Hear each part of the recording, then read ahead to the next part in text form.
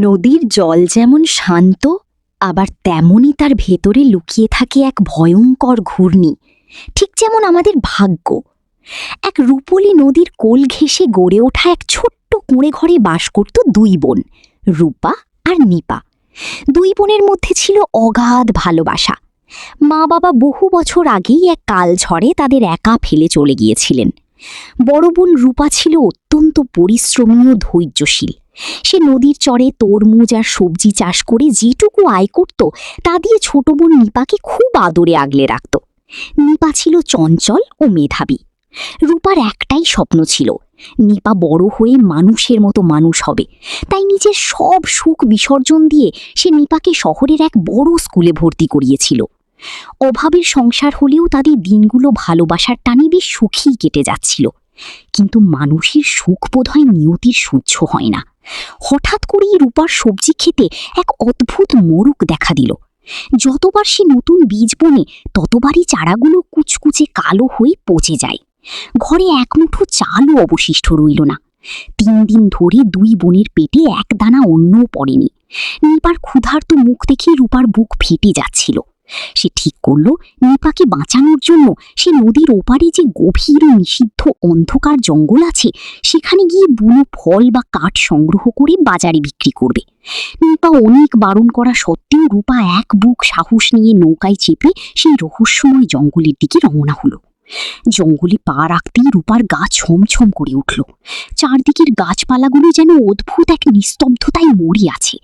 কিছু দূর যেতেই রূপার চোখ পড়ল বিশাল বট গাছে। জঙ্গলটার ঠিক মাঝখানে একটি বিশাল প্রাচীন বট গাছ দাঁড়িয়ে আছে, আর সেই গাছের শিকড় থেকে শুরু করে পাতা সবকিছু খাঁটি রূপোর মতো চকচক করছে। রূপা অবাক হয়ে গাছটার দিকে এগোতেই এক মায়াবী আলোর ঝলকানিতে সেখানে এক অপরূপা বনদেবীর আবির্ভাব হলো। বনদেবী রূপাকে দেখে মিষ্টি হেসে বললেন, ভয় পেও না কন্যা, আমি জানি তোমার বোন 3 দিন ধরে না খেয়ে আছে। এই রূপলি গাছটি একটি জাদুকরী গাছ। এর ভিতরে এক গুপ্ত দুনিয়া আছে, যেখানে রয়েছে অফুরন্ত হিরে জহরত। তুমি চাইলে তোমার আঁচল ভরে সেই ধনরত্ন নিয়ে যেতে পারো, তোমার সব অভাব মিটে যাবে। রূপা কিছুক্ষণ চুপ করে থেকে বলল, দেবী, আমার ধনরত্নের কোনো লোভ নেই।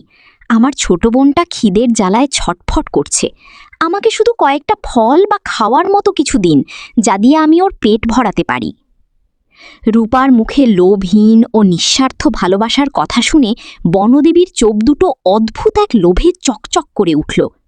তিনি বললেন, তোমার মনের এই পবিত্রতা দেখে আমি ধন্য।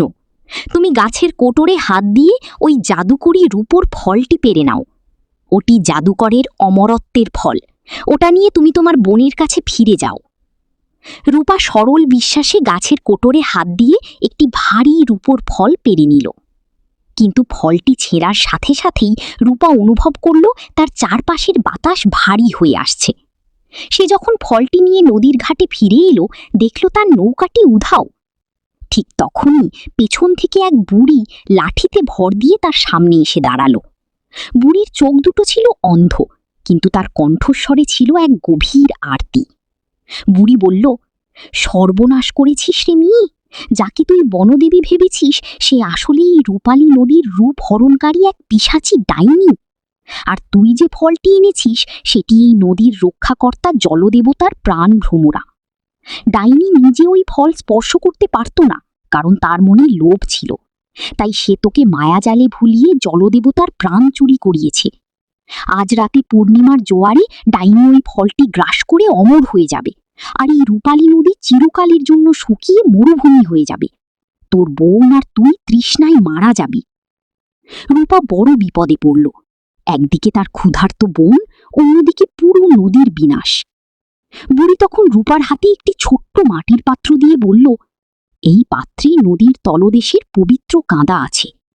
ডাইনির সামনে গিয়ে যখন তুই ফলটি দিবি, তখন মায়া বলে এই কাঁদা দিয়ে আরেকটি নকল ফল বানিয়ে ডাইনিকে দিস, আর আসল ফলটি নদীর জলে ছুঁড়ে ফিরিস। কিন্তু মনে রাখিস, ডাইনি যদি একবার সত্যটা ধরে ফেলে তবে তোকে জ্যান্ত পুড়িয়ে ছাই করে দেবে। রূপা নিজের প্রাণের মায়া ত্যাগ করে আবার সেই রূপলি গাছের কাছে ফিরে গেল। সেখানে গিয়ে দেখল তার ছোট বোন নিপাকেও ডাইনি মায়াজালে বন্দি করে গাছের ডালে ঝুলিয়ে রেখেছে। নিপা কাঁদছিল, দিদি, আমাকে বাঁচাও। ডাইনি তার আসল বীভৎস রূপে গর্জে উঠে বলল, নে বোকামি, ফলটি আমার হাতে দি আর তোর বোনকে নিয়ে দূর হয়ে যা। রূপা অত্যন্ত বুদ্ধিমত্তার সাথে বুড়ির দেওয়া পবিত্র কাদা দিয়ে হুবহু এক রূপোর ফল তৈরি করে ডাইনির হাতে দিল। ডাইনি যখন সেই নকল ফল পেয়ে অহংকারে হাসছিল, ঠিক সেই সুযোগে রূপা আসল রূপোর ফলটি সজোরে ডাইনির পায়ের নিচে থাকা নদীর মূল স্রোতের উৎসে ছুঁড়ে মারল। ফলটি জলে পড়া মাত্রই এক তীব্র ঐশ্বরিক আলো চারদিকে ছড়িয়ে পড়ল। ডাইনির হাতের নকল ফলটি সাধারণ মাটিতে পরিণত হল। ডাইনি চিৎকার করে উঠল, তোরা আমাকে ঠকিয়েছিস।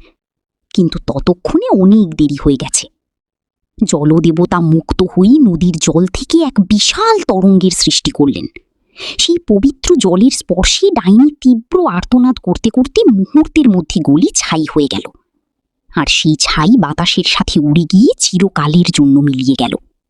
ন্যায়ের জয় হল। জলদেবতা রূপার সাহসিকতা ও নিঃস্বার্থ ত্যাগে অত্যন্ত প্রসন্ন হলেন।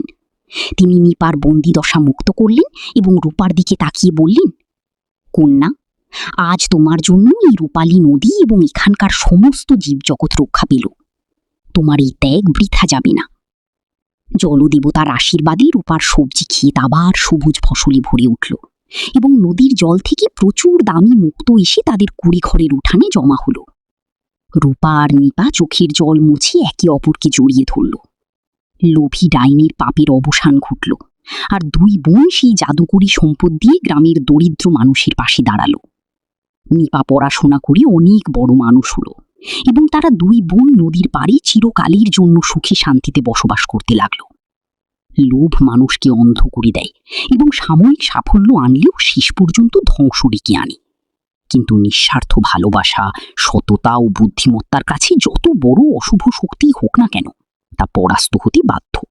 এমন হৃদয় ছুঁয়ে যাওয়া বাংলা কার্টুন স্টোরি আরও দেখতে এখনই চ্যানেলটি সাবস্ক্রাইব করুন এবং বেল আইকন অন করে পাশে থাকুন।